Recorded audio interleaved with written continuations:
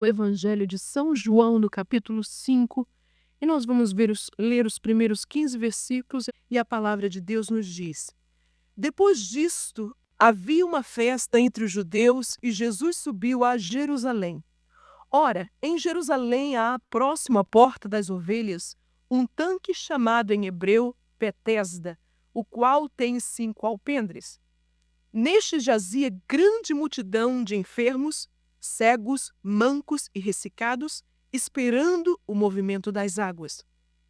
Porquanto o anjo descia em certo tempo ao tanque e agitava a água, e o primeiro que ali descia depois do movimento da água sarava de qualquer enfermidade que tivesse. E estava ali um homem que havia 38 anos se achava enfermo. E Jesus, vendo este deitado e sabendo que estava neste estado havia muito tempo, disse-lhe: Queres ficar são? O enfermo respondeu-lhe: Senhor, não tenho homem algum que, quando a água é agitada, me meta no tanque, mas enquanto eu vou, desce outro antes de mim. Jesus disse-lhe: Levanta-te, toma a tua cama e anda. Logo aquele homem ficou são e tomou a sua cama e partiu, e aquele dia era sábado. Então os judeus disseram àquele que tinha sido curado: É sábado, não te é lícito levar a cama. Ele respondeu-lhes: Aquele que me curou, ele próprio disse: Toma a tua cama e anda.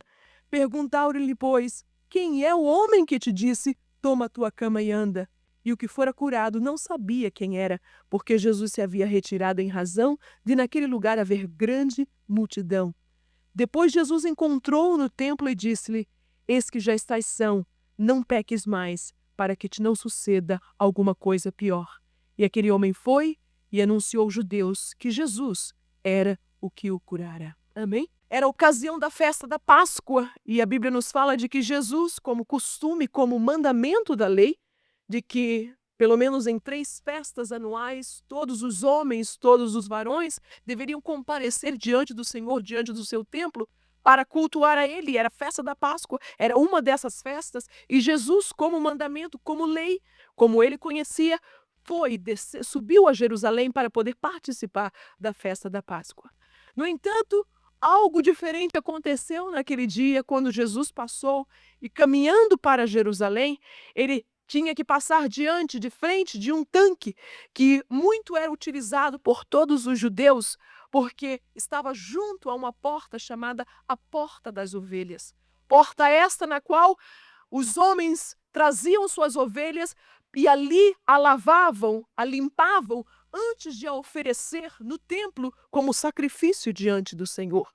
Aquele tanque que media 106 metros de comprimento por 60 de largura e 7 metros de profundidade, ali estava localizado naquele lugar para servir, não simplesmente era um manancial de água, era uma fonte importante em Jerusalém, em vista que não existia rio nenhum, porque Jerusalém está sobre um monte. Era um manancial que brotava e que estava ali muito rico, muito abençoado. No entanto, a Bíblia nos fala e nos diz de que havia dentro neste tanque, que se chamava Betesda, que seu nome em hebraico quer dizer casa da misericórdia, casa da graça. A Bíblia nos fala de que este tanque tinha 5 alpendres. 5 alpendres que estavam ao redor daquele tanque. E a Bíblia nos fala de que em diante e ao redor e no meio daquilo tudo havia uma grande multidão de pessoas enfermas, cegas, mancas, ressecadas, esperando algo que acontecia em um tempo determinado, que eles não sabiam quando, mas eles tinham que estar à espera daquilo que haveria que acontecer, que era um movimento das águas realizado e feito por um anjo de Deus que descia para movimentar aquelas águas. Olhando para a história, até o século XIX as pessoas duvidavam de que essa palavra, de que João escrevera, de que havia um tanque com 5 alpendres, que aquilo ali era verdade. Muitas pessoas tinham aquilo ali como uma metáfora, como algo inventado. Teólogos e eruditos diziam: este tanque nunca existiu, esses alpendres nunca existiram. Isso foi uma invenção de João. E a sua maneira de dizer 5 alpendres era simplesmente para manifestar e dizer os 5 livros da lei, aquilo que Jesus haveria de cumprir. quando viesse. No entanto, graças a Deus, porque o nosso Deus é o Deus que zela pela sua palavra, amém? Em 1956, fazendo algumas escavações em Jerusalém, descobriram um tanque com 5 alpendres, o mesmo, exato, de que ali estava e que jazia uma grande multidão, a qual Jesus curou e a qual Jesus visitou.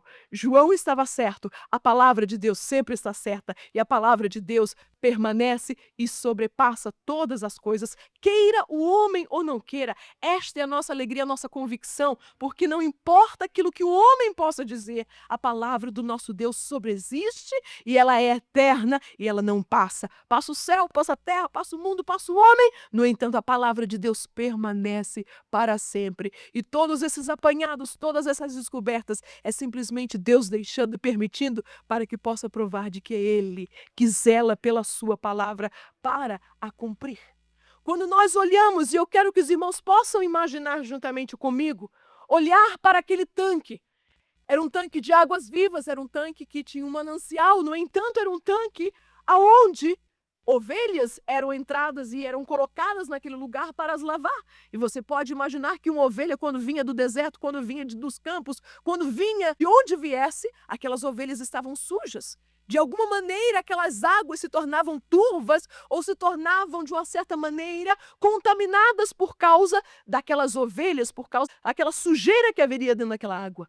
No entanto, acima disso, nós podemos ver de que existe um retrato que nós podemos olhar e ver de uma multidão de pessoas cegas, mancas, ressecadas, paralíticas, enfermas, toda enfermidade que o homem tivesse, que a pessoa poderia possuir, aquelas pessoas estavam exatamente dormindo, vivendo diante daquele poço, porque eles estavam esperando um milagre da parte de Deus. Olhar um quadro daquele tanque, o tanque de Betesda, o tanque da graça, o tanque da misericórdia, era uma situação deprimente, porque você olhava para aquilo ali, por onde você passava, só existiam pessoas enfermas, pessoas doentes, pessoas ressecadas, pessoas cegas, pessoas mancas.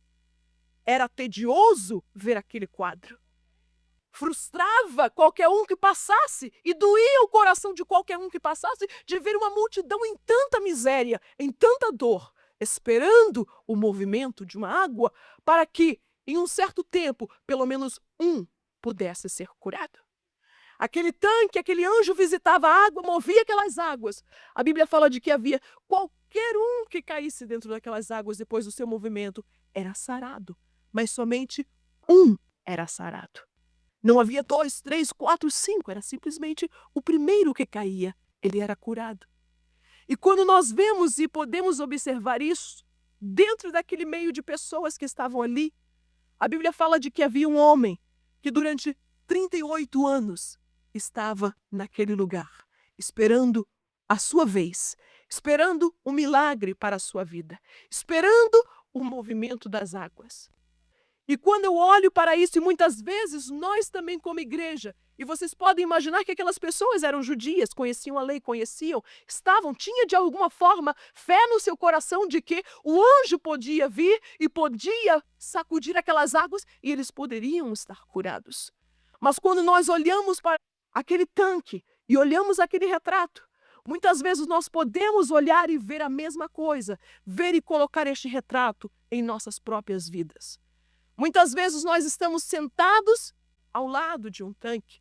Muitas vezes nós estamos acostumados, sabemos o que acontece, vemos Deus fazer um milagre em outras pessoas e muitas vezes nós dizemos, mas Senhor, quando vai chegar o dia do meu milagre? Aquele homem por 38 anos, ele viu pessoas dia após dia serem curadas das suas enfermidades. No entanto, ele estava ali 38 anos esperando por um milagre para a sua vez. Quando é que seria a vez que Deus iria permitir que ele entrasse na água? E sabe por quê?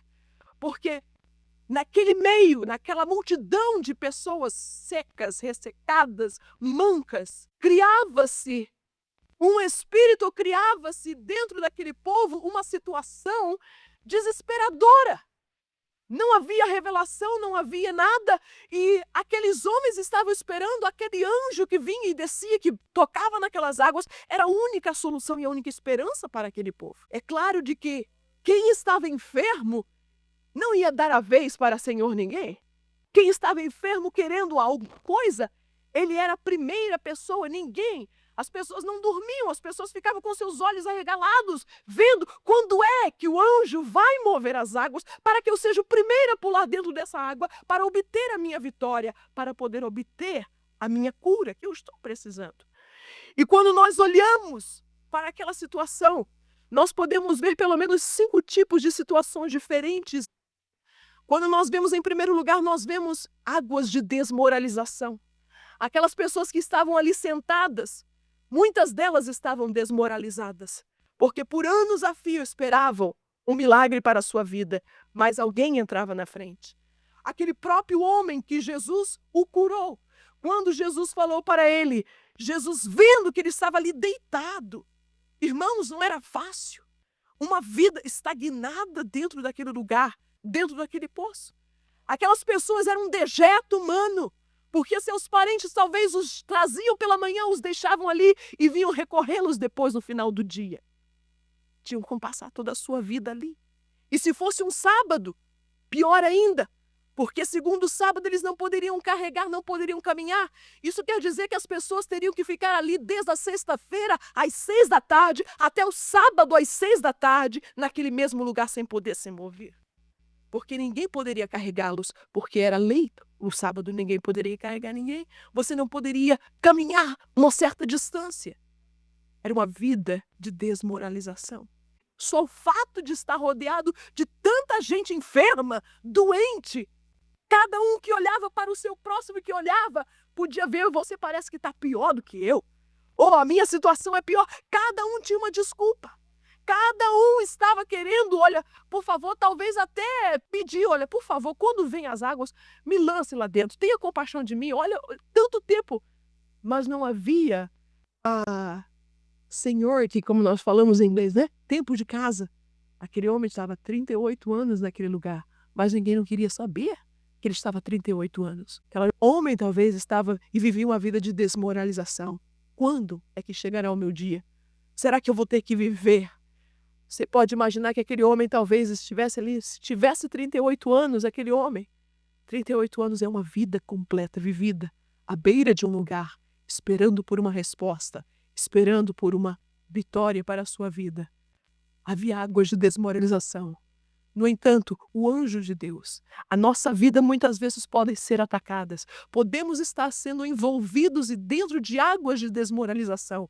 Porém, o mesmo Senhor que trouxe uma vitória para aquele homem, que apareceu a ele no dia que ele nunca esperava, no dia que o anjo nem visitou aquele tanque, Jesus apareceu para com ele. Jesus é Deus poderoso. O Senhor é o nosso Deus poderoso para poder arrancar de nós todo tipo de desmoralização que o diabo queira estampar e queira colocar em nossas vidas. O anjo de Deus, ele quer mover as nossas águas da desmoralização. Se queremos, estamos desmoralizados, meu Deus, estou rodeado de pessoas que estão secas, ressecadas, mancas.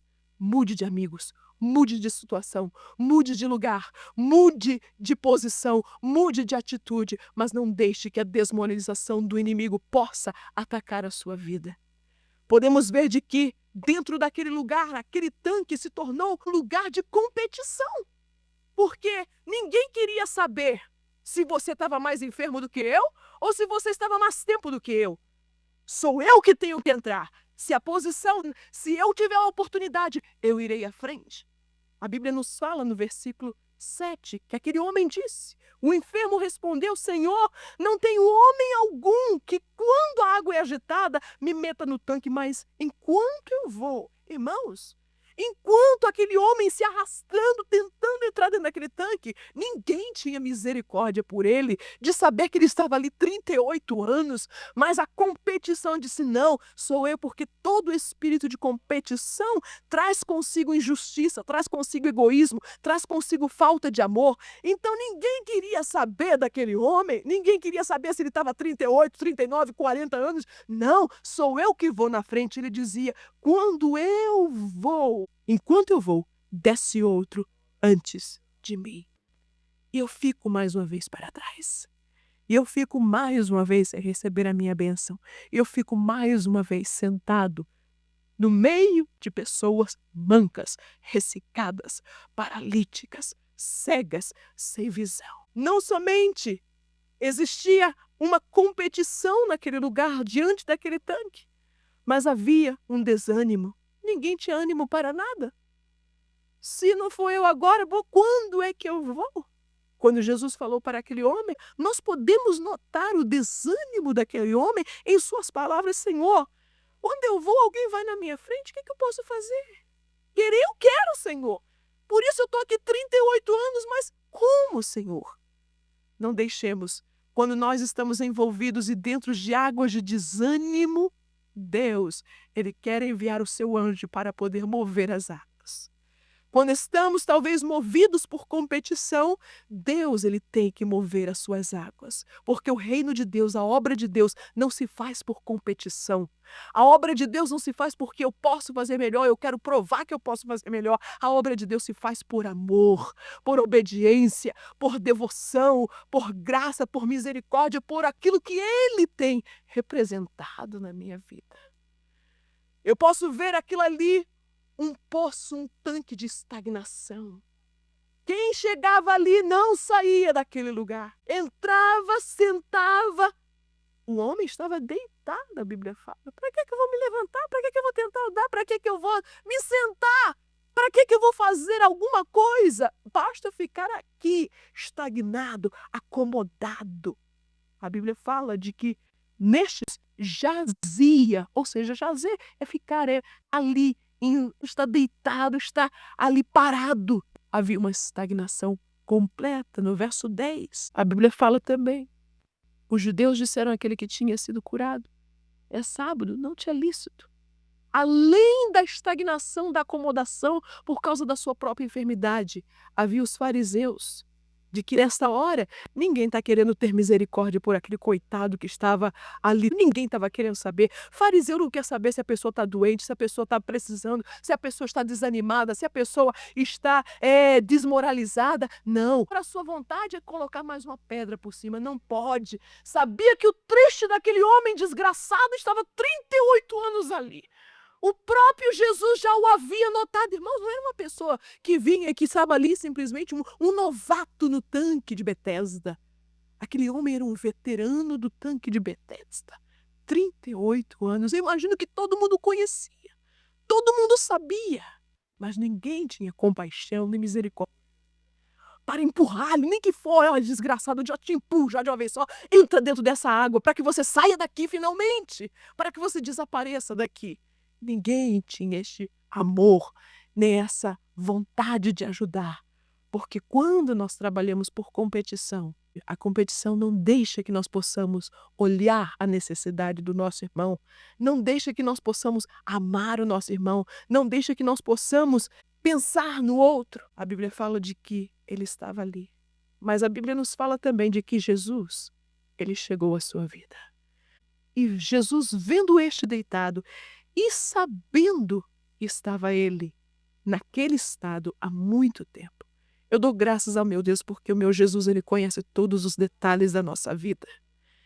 Oh, é tão bom servir um Deus que conhece o mínimo de detalhe. Jesus, ele conhece o problema quando ainda ele não está revelado, quando a enfermidade não está fora, quando os primeiros sintomas estão se formando lá dentro do coração do homem. Jesus, ele já conhece o mínimo detalhe e é por isso que ele avisa, que ele fala, que ele diz, que ele redarga, que ele exorta. Ele sabe que ainda que nós não estamos vendo, que nós estamos sendo atacados por um vírus tremendo de enfermidade, um vírus de inveja, um vírus de orgulho, qual seja o vírus que o diabo, a seta que o diabo possa lançar sobre nós, Jesus, ele já conhece e ele conhece todos os detalhes. Jesus sabia, conhecia aquele homem por dentro e por fora. Ah, que beleza! Maravilha! Oh, irmãos, eu não conheço a mim mesmo, eu posso confessar isso. Mas o meu Jesus, ele conhece, aleluia.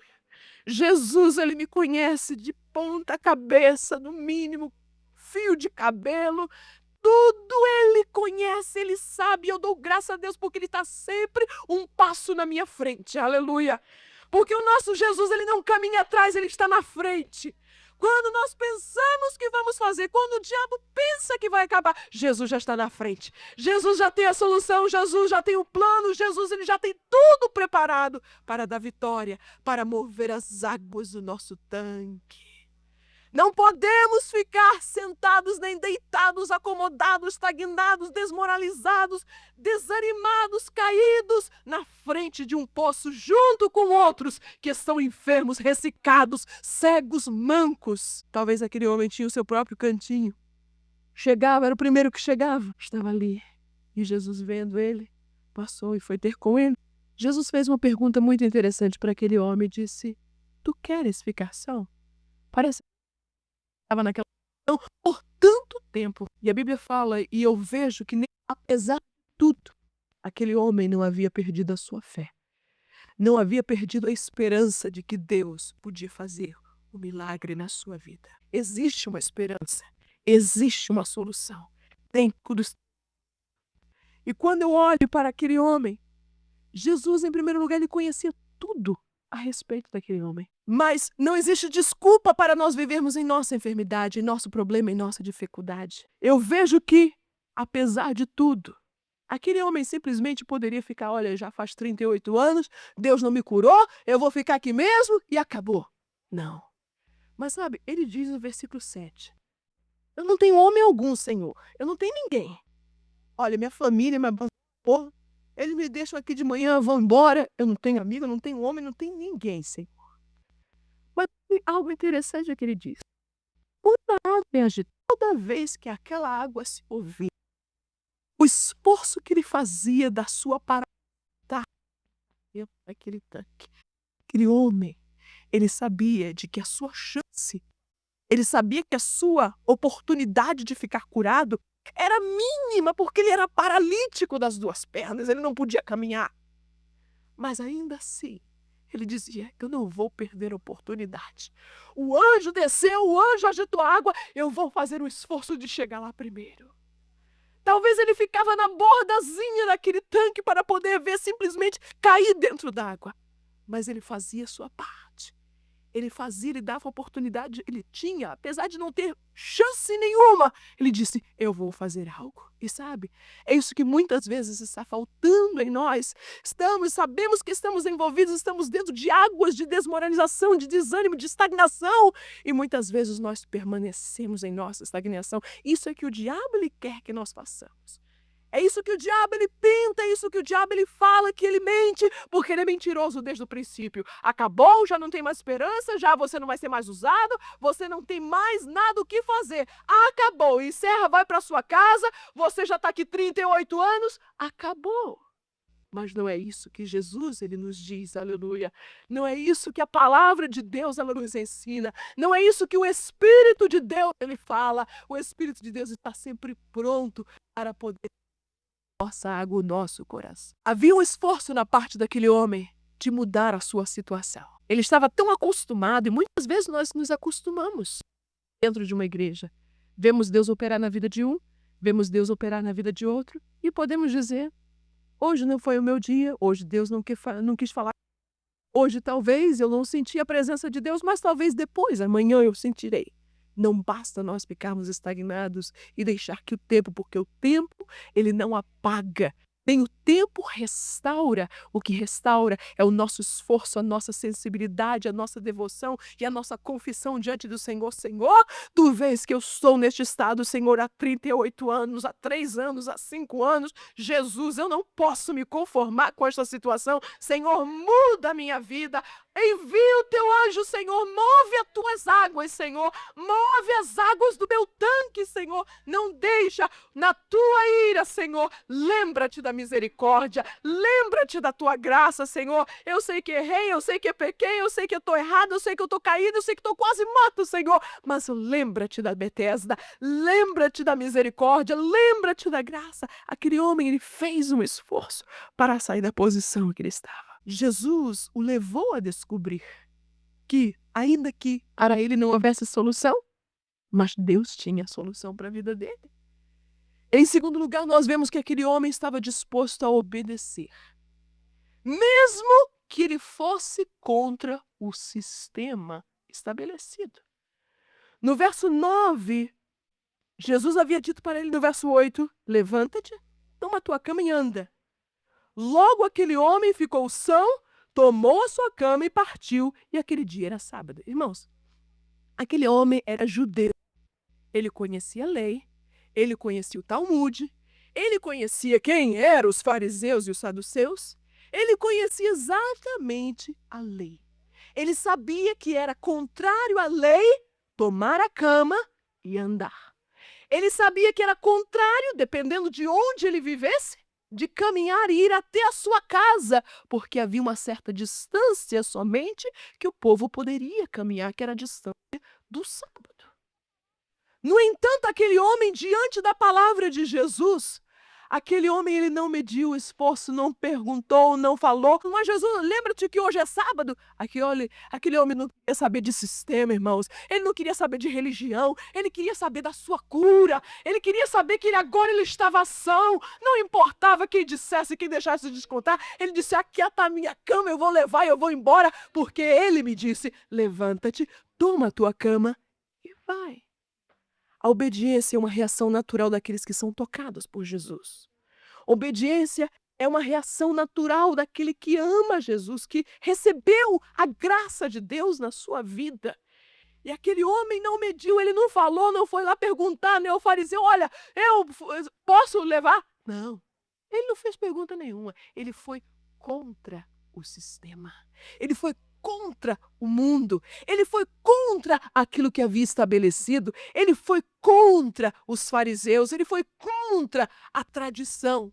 Ele tomou a sua cama, ele obedeceu exatamente o que Jesus, da sua parte, também poderia simplesmente ter o curado e deixado por lá. Mas Jesus ele não queria isso. Porque quando Jesus ele opera na nossa vida, Jesus ele quer que nós possamos ir contra o sistema deste mundo para poder fazer uma revolução em nossa vida e naqueles que estão no mundo. Jesus ele não nos salva para nos deixar no mundo. Jesus ele nos salva para sermos transformados, sermos sal e luz do mundo. Jesus ele nos transforma, nos toca para que nós possamos ser separados deste mundo. E Jesus sabia que não podia curar aquele homem e o deixar ali, no meio daquela gente. Jesus sabia que ele não podia ser curado e ficar naquela posição junto com os cegos, ressecados e mancos e paralíticos. Não, agora ele era diferente. Ele tinha recebido a graça de Deus, a misericórdia da sua vida. Ele já não podia mais estar no meio daquele povo. Lembre, meus queridos, quando Jesus ele nos toca, quando Jesus ele move as nossas águas, automaticamente Jesus ele vai nos empurrar para outro lugar. Ou seja, não é que ele vai nos mudar daqui para outro lugar, mas ele vai do nosso sistema, da nossa vidinha que nós vivemos, de acomodação, a nossa vida carnal. Jesus vai nos empurrar a sair deste sistema maligno, fétido, morto, religioso. Ele obedeceu. Mas uma das coisas mais importantes que eu vejo neste homem foi porque ele soube reconhecer quem foi que fez o milagre na sua vida. Ele soube dar glória àquele que fez o milagre na sua vida. Ele sabia de que o fariseu, nem o saduceu, nem a religião, nem o judaísmo, nem a água, irmãos, nem o anjo de Deus que descia, não tinha sido ele que tinha curado a sua enfermidade. Foi Jesus. A Bíblia nos fala no versículo 10, no versículo 11, algo muito interessante. Quando aquele homem tomou a sua cama e o levou, a Bíblia fala de que os judeus, os fariseus, que, é claro, só estão juntos, só vêm para poder acusar, para poder tacar pedra, para poder desmoralizar. Esse é o trabalho deles, né? Igualzinho de Satanás. A Bíblia fala de que os judeus disseram àquele que tinha sido curado, é sábado, não te é lícito levar a cama. Ele respondeu-lhes, aquele que me curou, ele próprio disse, toma a tua cama e anda. Ele reconheceu, irmãos, ele não tinha ouvido a palavra de Jesus, mas ele sabia de que aquele que o havia curado era maior que o sábado, era maior que a tradição, era maior que a lei, era maior que os fariseus, era maior do que qualquer outra coisa que ele havia estado acostumado, estagnado naquele tanque maligno que estava ali cheio de podridão, cheio de mancos ressecados e gente enferma. Ele soube reconhecer, ele viu muito além, mais do que as outros puderam ver. Ele viu de que Jesus era muito maior do que o sistema e por isso o obedeceu. Ele, sem saber, sem o reconhecer, sem o conhecer, ele sabia que aquele que o havia curado era mais importante do que os dogmas, do que os dítanos de que aqueles fariseus estavam defendendo e falando. Não te é lícito levar a cama. Eu estou levando porque quem me curou foi ele próprio que disse: levanta, toma e vai embora. A Bíblia fala de que aquele homem também foi pressionado, hein? Não pense que quando Deus lhe dá uma vitória, quando Deus ele abre o caminho, quando Deus ele cura, quando Deus ele dá vitória, quando Deus move as águas, que vai ficar tudo comum, vai ficar tudo igual. Não. Você vai receber um baque de volta, e aquele homem foi aquilo que recebeu. Aqueles judeus foram levantados pelo diabo exatamente para fazer isso na vida daquele homem. Mas ele subsistiu, porque ele confiou naquele que o havia tocado, naquele que o havia curado, aquele que era maior do que o sábado. Versículo 12 disse: perguntaram-lhe, pois, quem é o homem que te disse, toma a tua cama e anda. Pronto, agora o problema pegou. A Bíblia fala no versículo 13, e o que fora curado não sabia quem era. Quem foi que te curou então? Quem foi que te disse, toma a tua cama? Eu imagino que aquele coitadinho, onde é que estava Jesus para poder vir lhe defender? Mas a Bíblia nos fala de que Jesus se havia retirado em razão daquele lugar haver grande multidão. 38 anos na beira de um tanque. Ele poderia estar em grande default, em grandes problemas contra a lei, contra os doutores da lei, de estar mentindo. Mas aquele homem sabia que ele não estava mentindo. Ele tinha um testemunho, disse: eu sei. Você pode perguntar para todo doente que está aqui, quem é que estava 38 anos. A Bíblia encerra a história deste homem de uma certa maneira sem dar uma resposta ao que foi que os fariseus fizeram com ele. No entanto, tempos depois, Jesus o encontrou no templo. Estava ele lá louvando, já não tinha mais campo de carregar, já não tinha mais vergonha, já não tinha mais opróbrio, já não tinha mais nada. Ele estava no templo louvando a Deus. Deus, qual seja ela que o diabo tenha colocado, escravizado, prendido-nos, como paralítico do tanque de Betesda por 38 anos. Ele esperou 38 anos, mas o dia chegou. De que Deus lhe tem o seu tempo, Deus tem o seu dia. Nada daquilo que o homem, do que aquilo que é circunscrito, aquilo que a lei, aquilo que a tradição, aquilo que o homem, a religiosidade possa dizer. Jesus ele está pronto para mover as suas águas em nossa vida, amém? Que Deus nos possa abençoar grandiosamente.